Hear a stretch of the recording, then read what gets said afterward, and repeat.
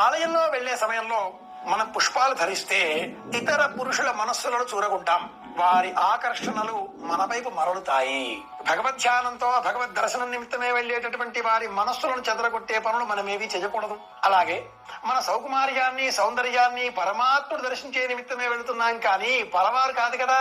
పరంధాముడు కోరుకునేది మన మనస్సునే కనుక మనం ఏ విధమైనటువంటి పుష్పమాలికలను ధరించకూడదు. ప్రియా చౌదరి గారు, నిన్ను అడుగుతున్నాను ఒక మాట. ఏ రోజైనా క్రైస్తవులుగా ఉన్నటువంటి మేము హిందువులకు సంబంధించిన ఆ పూజలకు సంబంధించిన వీడియోస్ కానీ లేకపోతే వారికి సంబంధించిన మరి యూట్యూబ్లో వచ్చే ఏ విధమైనటువంటివి మేము ఏ రోజు చూడలేదు. కానీ క్రైస్తవులకు చెప్తున్న మాటలను మీరు తీసుకొని మా మనోభావాలు దెబ్బతిన్నాయని శాలేమరాజు గారి మీద కేసు వేసి ఆయన పోలీస్ స్టేషన్లో పెట్టాలని మీ హృదయాలు పరితపిస్తూ ఉన్నాయి. ప్రియా చౌదరి గారు, ఒకసారి ఈ వీడియో వినండి. కొడుకు కాదు సార్, వాడు పక్కలేసే చిలకరూరుపేటలో ఈయన కొడుకులందరూ ఎవరనుకున్నారు? ఏ లంజా కొడుకు దెంగితే ముక్కం తెలియని వీళ్ళ అమ్మల్ని దెంగితే లంజా కొడుకులు అక్కడ లంజలకి ఫేమస్ కదా చిలకూరుపేట, లంజలకి ఫేమస్ కదా చిలకూరుపేట, లంజలకి ఫేమస్ కదా చిలకూరు. మేరీ ఎంత యేసుకు పూలు పెట్టారు, మేరీకి పూలు పెట్టారు, పూకు చుట్టూ పూలు పెట్టారు, దాన్ని చేశారు విగ్రహం చుట్టూ పూలు పెట్టారు. ఏంటా మరి ఇదంతా? దివ్య బలి పూజ అంట మేరీకి. ఇక్కడ చూడండి, దివ్య బలి పూజ మేరీకి అంట. బలి పూజ అంటే వట్టకాయలు ఏమైనా కాదు, వట్టకాయలు ఏమైనా బలిస్తారా ఏంద్రా తీసుకెళ్ళి అక్కడ మేరీకి? ఏరా మా వట్టకాయలు తీసుకెళ్ళాలని బలిస్తారా ఇది మేరీకి? దివ్య బలి పూజ అని పెట్టారు మేరీకి విజయవాడలో.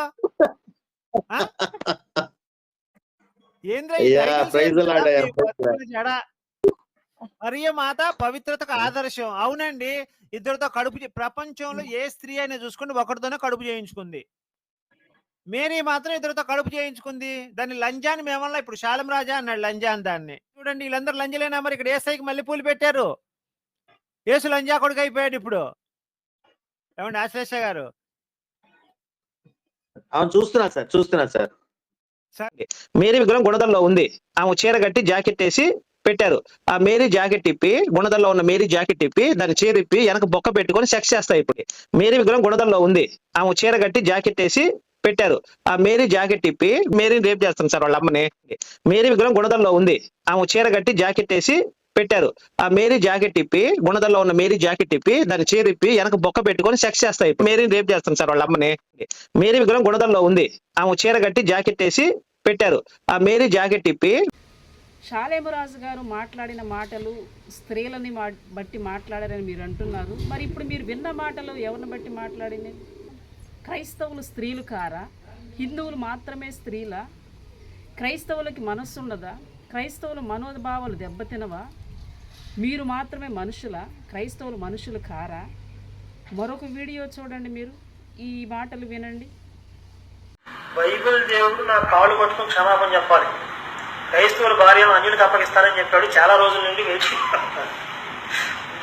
కనీసం అనంతపురం పాస్టర్ గారి భార్యలైనా అప్పగించలేదు. లేకపోతే బైబిల్ దేవుడు వాగ్దానం చేస్తే తప్పడండి. మాట మీద నిలబడి రమ్మడు. ఇశ్రాయేలు భార్యను అన్యులకు అప్పగిస్తానన్నాడు, అప్పగించాడు. ఇప్పుడు అన్యులంటే క్రైస్తవులు కాని వాళ్ళు అన్యులు అని చెప్పి ప్రచారం చేస్తున్నారు. కాబట్టి ఇప్పుడు వీళ్ళు ఎవరైనా తప్పు చేసినా కూడా అన్యులకు అప్పగిస్తాడు భార్యను కూడా. బైబిల్ దేవుడు డ్యూటీ అదే, వీడి భార్య నా దగ్గర, ఆడి భార్య నా దగ్గర అటు ఇటు మారుస్తూ ఉంటాడు. ఎలా రౌడీస్ ఎవడన్నా ఉన్నాడా? విన్నారు కదా మరి ఏమంటున్నాడు అతను? సేవకులు భార్యల్ని నా ప్రక్కలోకి ఎప్పుడు వస్తారా, పంపిస్తారా, వారు మాట అంటే తప్పరు, మరి నేను ఎదురు చూస్తూ ఉన్నాను అని చెప్పేసి సోషల్ మీడియాలో వైరల్ అవుతున్నటువంటి వీడియోలని మాటలు మీరు వినట్లేదా? అవి మీకు కనబడలేదా? అవి క్రైస్తవుల మనోభావాలు దెబ్బతినవా? వాటిని బట్టి క్రైస్తవుల మనోభావాలు దెబ్బతినవా? మీకు మాత్రమే మనసుందా? మీరు మాత్రమే మనుషులా? ఈరోజు శాలేమన్న మీద ఎంతగానో దుర్భాషలాడుతూ ఉన్నారు. ఏమంటున్నావు నువ్వు? శాలేమరాజు గారు కర్ణాటక పారిపోయాడా? శాలేమరాజు గారు ఉడతూపులకు భయపడేవాడు కాదండి. శాలేమరాజు గారు సత్యం పక్షాన రోషం కలిగిన వ్యక్తి, మతోన్మాదుల గుండెల్లో సింహ స్వప్నం ఆయన పారిపోయేవాడు కాదండి. నోటికొచ్చినట్టు మాట్లాడితే ఊరుకోం, జాగ్రత్త సుమండి. మీరు ఏం మాట్లాడుతున్నారో ఒక్కసారి మీ మాటలు మీరు వినండి. ఏం మాట్లాడుతున్నారు మీరు? షాలేం రాజు గారు పారిపోయాడా? షాలేం రాజు గారు దాంకున్నాడా? షాలేం రాజు గారు సెల్లు చూడట్లేదు అని అంటున్నారు. షాలేం రాజు ఆయన ఫోన్ వాడరన్న సంగతి మీకు తెలుసా? షాలేం రాజు గారి దగ్గర ఫోన్ ఉందా? మీకు వల్లే ఆయన యూట్యూబ్ చూస్తూ కూర్చునేవాడు కాదండి. మీకు వల్లే టైం పాస్ చేస్తూ అనవసరమైనటువంటి విషయాలని తీసుకొని సోషల్ మీడియాలో వైరల్ చేసేవాడు కాదండి. వాటిని చూడను కూడా ఫోనే చూడ ఆయన దగ్గర ఫోనే లేదు. సమయం కొంచెం సమయం ఉన్నా దేవునితో గడిపే మనిషి ఆయన చేసిన మేలులు ఎన్నో ఉన్నవండి. మీకు ఏ ఒక్కటి కూడా మీ దృష్టికి రాలేదా? విజయవాడ పొడమనేరు పొంగి నీళ్ళన్నీ కూడా పట్టణంలోనికి వస్తే అక్కడ కరెంటు స్తంభాలు పడిపోయినాయి, విద్యుత్ షాక్ వచ్చిందని తెలుసు. ఎంతోమంది ప్రాణ భయంతో బయటికి రాని పరిస్థితుల్లో షాలేం రాజు గారు నడుముల్లోతు నీళ్ళల్లోకి వెళ్ళి ప్రజలకు సహాయం ఎంతో చేశాడండి. అవి మీ దృష్టికి రాలేదా? అప్పుడు ఎక్కడికి వెళ్ళిందండి మీ వీడియో? ఎక్కడికి వెళ్ళింది నీ జర్నలిస్ట్తనం? అప్పుడు ఆ ప్రజల్ని గుర్తు రాలేదా? ఆ ప్రజలకు సహాయం చేస్తున్న షాలేం రాజు గారు గుర్తు రాలేదా? అవి మీ కళ్ళకు కనపడలేదా? కరోనా టైంలో కరోనా భయంతో బయటికి రాని పరిస్థితులు, లాక్డౌన్లో మరి అధికారులు ఇచ్చిన కొంచెం సమయాన్ని ఉపయోగించి కుటుంబాలలో గడవని వారికి ఆ కరోనా టైంలో ఎంతోమంది పేద ప్రజలు ఆకలితో అలమటిస్తారు అని మరి అధికారులు ఇచ్చిన ఆ టైంలో సన్నిధిలో కొన్ని టన్నుల రైస్ని కుటుంబాల్లో జరగని వారికి ఆయన సహాయం చేశాడండి.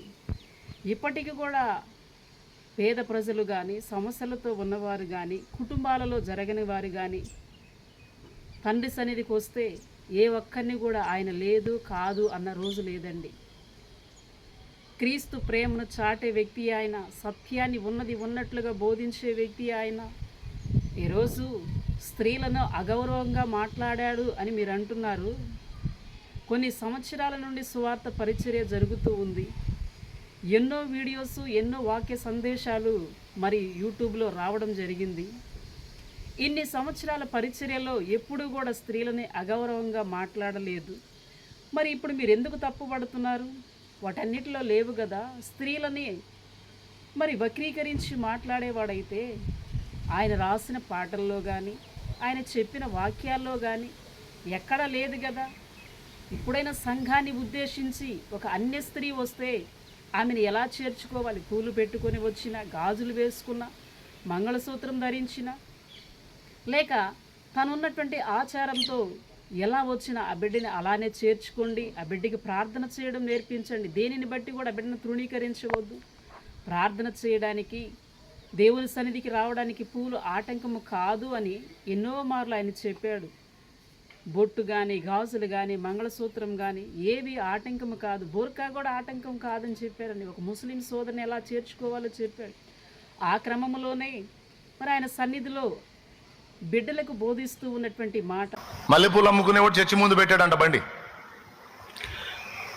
పాస్టర్ గారు లోపల పోతే చెప్పాడు, ఒక్కడు కూడా కొనడు పోరా అని.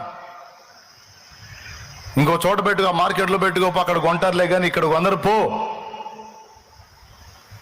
అంటే ఎందుకు కొందరు ఇంతమంది ఆడవాళ్ళు వస్తుంటే కొంటారులే అని పెట్టాడు. కోట మొదలైన దగ్గర నుంచి కోట వైపు అందరు ఇళ్ళకి పోయిందాక ఆడే కూర్చున్నాడు. ఒక్కళ్ళు కొనలా. అందరు పోయినాక పాష గారు కూడా పోతా చూశాడు. బండికి వెళ్ళి ఒక్క మూర పూలు కొనలా ఎవరు. ఏమైందిరా అన్నాడు. ఏందండి ఇంతమంది ఆడవాళ్ళు వచ్చారు, ఒక్కళ్ళు మూర పూలు కొనలేదని. కొనరురా, కొనరు. పిచ్చి పిచ్చి వేషాలన్నీ వేసి రోడ్లమిటి బజార్లమిటి తిరగటానికి వారు బజారు సంబంధులు కాదు, వారు పరిశుద్ధాత్మ సంబంధులు. వారు పరిశుద్ధాత్మ సంబంధులు. పరిశుద్ధాత్మను కలిగి ఉన్నవారు, సత్ప్రవర్తన కలిగి ఉన్నవారు, సత్క్రియలు చేయడానికి పిలువబడిన వారు, ఏర్పరచబడిన వారు, ఆయన రక్తము చేత కడగబడిన వారు. క్రీస్తు రక్తము చేత నీతిమంతులుగా తీర్చబడి నీతిగా బ్రతకటానికి తమ్మును తాము ప్రతిష్ఠించుకున్నవాడు. ఇకంతే బండి నెట్టుకొని పోయాడు. దాన్ని వక్రీకరించి లేని దాన్ని ఉన్నట్లుగా సృష్టించి ఈరోజు ఎన్నో దుర్భాషలు ఆడుతున్నారు. రోడ్డు మీద తగలబెడతామంటున్నారు, నోటికొచ్చినట్టు మాట్లాడుతున్నారు. మా బైబిల్ గ్రంథంలో ఒక మాట ఉందండి, మనుష్యుడు పలుకు ప్రతి వ్యర్థమైన మాటను గూర్చి దేవుని ఎదుట లెక్క అప్పజెప్పవలెను అని ఉందండి. జాగ్రత్త అండి. రేపటి రోజున క్రీస్తు న్యాయపీఠం ఎదుట న్యాయపీఠం అనేది ఒకటి ఉంది. ఆత్మకు చావు లేదని గ్రంథాలన్నీ కూడా నొక్కి వక్కాణించి చెప్తూ ఉన్నాయి. ఆత్మకు చావు లేదు, తీర్పు అనేది ప్రతి ఒక్కరూ ఎదుర్కోవాలి. క్రీస్తు న్యాయపీఠము ఎదుట ఎదుర్కొనే సమయము, నిలబడే సమయం ఒకటి ఉంది. నీవు ఏవైతే మాట్లాడావో, ఎవరెవరైతే దుర్భాషలు ఆడారో వారందరూ కూడా దేవునికి లెక్క అప్పచెప్పాలి. ఈరోజు క్రైస్తవులు కూడా చాలామంది ఇది నాకు కాదులే అన్నట్లుగా ఉంటూ ఉన్నారు. మరియమ్మ తల్లిని దూషిస్తూ ఉన్నారు. పరిశుద్ధ గ్రంథమైనటువంటి బైబిల్ గ్రంథం మీద ఉచ్చపోయమంటున్నారు. ఆ మాటలు మీకు వినబడట్లేదా అండి? మేము ఆరాధిస్తూ ఉన్నటువంటి ఆరాధ్య దైవాన్ని ఎంత నీచంగా మాట్లాడుతున్నారండి. సృష్టిగా ఇక్కడ తయారు చేసిన పరలోకం నుంచి పార్సల్ ఏమైనా వచ్చిందా? ఇది ఇక్కడ ఒక మనిషి తయారు చేసిన పుస్తకం. దీని కాలకం తీసి తోకండి, దీని మీద ఉచ్చబోయింది. రాత్రికాల ప్రార్థనలో మరి చర్చీస్లో ఎక్కువగా ఖండవం సమ్ముడు పోతున్నాయని నోటికొచ్చినట్టు మాట్లాడుతున్నారు కదండి ప్రియా చౌదరి గారు, పార్వతక్క, అలాగే యమునాక. వీరందరూ కూడా స్త్రీలే కదా, మరి అవి స్త్రీలకు సంబంధించిన మాటలు కావా? ఒక సేవకుని భార్యను పంపించమంటాం, ఆమె స్త్రీ కాదా? మేము కూడా మాట్లాడవచ్చండి. హిందువులకు భార్యలు లేరా? బ్రాహ్మణ్స్కు భార్యలు లేరా? పూజ చేసే పూజారులకి భార్యలు లేరా అని. కానీ మా సాంప్రదాయము, మా బైబిల్ గ్రంథము, మా దైవజనుడు మాకు అలాంటివి నేర్పించలేదు. మీరేం మాట్లాడుతున్నారో ఒకసారి ఆలోచించండి. నోటికొచ్చినట్లు షాలేం రాజు గారిని కానీ క్రైస్తవులను కానీ మాట్లాడితే ఊరుకోము. ఎక్కడి వరకైనా వస్తాం, ధర్నాలు చేస్తాం, ర్యాలీలు చేస్తాం. క్రైస్తవులకు న్యాయము జరిగేంత వరకు కూడా మేము ఎక్కడి దాకైనా వస్తాం. మా బైబిల్ గ్రంథము చెప్పింది, యెహోవా ఎవడు అని ఒక వ్యక్తి అన్నాడు. నాబాలు అనే వ్యక్తి యెహోవా ఎవడు నేను సహాయము చేయడానికి అన్నందుకు దేవుడు రోషం కలిగి అతన్ని ఏం చేశాడో పరిశుద్ధ గ్రంథంలో రాయబడి ఉంది, మొత్తాడు అని. యెజబేలు అనే స్త్రీ దైవజనుడిని ఎదిరించింది, చంపుతాననుక ప్రకటన చేసింది. దైవజనుడు మౌనంగా ఉన్నాడు, మౌనంగా ఉండి ప్రార్థన మాత్రమే చేశాడు. చివరికి ఆమె గతి ఏమయ్యిందో తెలుసా? ఆమె రక్తము కుక్కలు నాకినవని మా బైబిల్ గ్రంథం సెలవిస్తూ ఉన్నది. మా ప్రియా చౌదరి గారు కానీ, పార్వతక్క కానీ, అలాగే యమునాక్క కానీ, మరి ఇంకా ఇతర స్త్రీలు ఎవరైనా మీరు అలా కావాలని మేము కోరుకోవట్లేదు, కానీ ఆ గతి రాక మునిపే మార్పు చెందమని కోరుకుంటున్నాం. దానియేలనే భక్తుడు దేవునికి ముమ్మారు ప్రార్థన చేసేవాడు. అతని మీద కక్షభూని కుట్రభూని ఎలాగైనా ఇతని శిక్షించాలి అని దానియేలు చేసిన తప్పేంటండి? తన దేవునికి యథార్థంగా నమ్మకంగా ప్రార్థన చేయడం. ప్రార్థన చేసే వ్యక్తి మీద కుట్రబన్నారు. చాలామంది మూకముడై కుట్రబన్ని ప్రార్థన అడ్డగించాలని చూశారు, ఆపివేయాలని చూశారు. శాసనం ఒకటి పుట్టించారు. ఆ ప్రాంతాన్ని ఏలేటువంటి రాజుకు తప్ప మరొకరికి మ్రొక్కకూడదు, ఏ విషయానైనా చెప్పకూడదు, ఆయనకు మాత్రమే చెప్పాలి, ఆయన దగ్గర మాత్రమే సాగిలపడాలి అని కొన్ని దినాల పాటు ఒక శాసనాన్ని నియమించారు.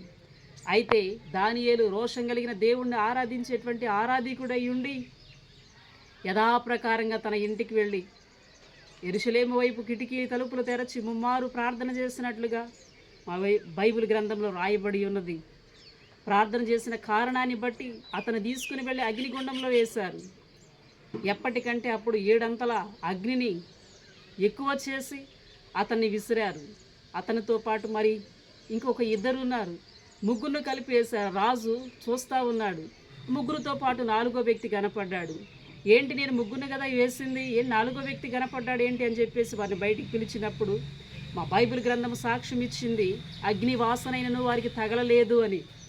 ఈరోజు ఈ మాటలు వింటున్నటువంటి ప్రియా చౌదరి గారు, యమునక్క, పార్వతక్క, మీతోనే చెప్తున్నాను, ఏ తప్పు చేయని దైవజనుడి మీద ఈరోజు కుట్రలు బన్ని మూకుమ్మడై అందరూ ఒక్కటై ఈరోజు దుర్భాషలాడుతూ మాట్లాడుతున్నారు. ఏ తప్పు చేయని దానియేలుని దేవుడు విడిపించాడు. అప్పటి వరకు ఆ సంస్థానంలోనే ఆ ప్రాంతంలోనే దానియేలు ఆరాధిస్తున్న దేవుడు తెలుసు. తరువాత దానియేలు దేవుడే నిజమైన దేవుడు అని 127 సంస్థానాలలో దానియేలు దేవుణ్ణే ఆరాధించాలి అని చాటింపబడింది. దానియేలు ఏ తప్పు చేయలేదని, అగ్ని వాసన అయినను ఆయనకు తగలలేదు అని రాజు గ్రహించిన వాడై దానియేలు మీద ఎవరైతే కుట్ర పన్నారో వారిని తీసుకుని వెళ్ళి అగ్నిలో వేసేటట్లుగా ఆజ్ఞాపించగా అగ్నిగుండము ఆ దరిదాపులోనికి వెళ్ళక మునిపే అగ్ని వారిని కాల్చివేసిందని లేఖనం స్పష్టంగా తెలియజేసింది. ఈరోజు ఆ గతి పట్టక మునిపే, శిక్ష మీ మీదికి రాక మునిపే మార్పు చెందండి. దైవజన చేసిన తప్పేంటి? సంఘానికి బోధించుకున్నాడండి. ఒకవేళ మీకు అండబలంగా ఉండొచ్చు మీడియా, లేకపోతే మీకు అధికార బలం ఉండొచ్చు, లేకపోతే మీకు ఇంకా ఏ బలాలైనా ఉండొచ్చు, కానీ జీవము కలిగిన దేవుడే మా ఆత్మీయ తండ్రికి బలం. ఆయన మౌనంగా ఉంటున్నాడు, నోరు మెదపట్లేదు అనుకుంటున్నారేమో. ఆయన దేవునితో గడుపుతున్నాడు. ఎక్కడికి పారిపోయేవాడు కాదు. ఆయన పారిపోవడానికి ఉడతూపులకు భయపడేవాడు కాదండి. జీవము కలిగిన దేవుని ఆరాధికుడు. దానియేలు వంటి ప్రార్థనా జీవితము కలిగిన వాడు, రోషం కలిగిన వాడు. ఒక వ్యక్తి కుట్రబన్ని ఒక క్రైస్తవుణ్ణి, యూదా జాతిని, క్రైస్తవ సమాజాన్ని లేకుండా చేస్తానని సవాలు విసిరి 50 అడుగుల ఉరికొయ్యను నాటించాడు. అతనికి వంగలేదని, నమస్కారం చేయలేదని హామాను అనే వ్యక్తి చివరికి తాను నాటిన ఉరికొయ్య మీద తానే ఉరిదీయబడ్డాడు. కానీ మొర్దుకై అనే వ్యక్తి తన జాతినంతటిని కూడా కాపాడుకోగలిగాడు. ఈరోజు ఎవరి మీద కుట్ర పన్నుతున్నారు, ఎవరిని మరి హేళనకరంగా మాట్లాడుతున్నారు, ఆ శిక్ష నీకే త్రిప్పి కొట్టబడింది. ఎందుకనంటే మా దైవజనుడు దేవునితో గడుపుతున్నాడు. బుడదూపులు భయపడేవాడు కాదు. జాగ్రత్త అండి. మా దైవజనుడిని మీరు ఎలా పడితే అలా మాట్లాడితే మేము ఊరుకోము, ఒప్పుకోము.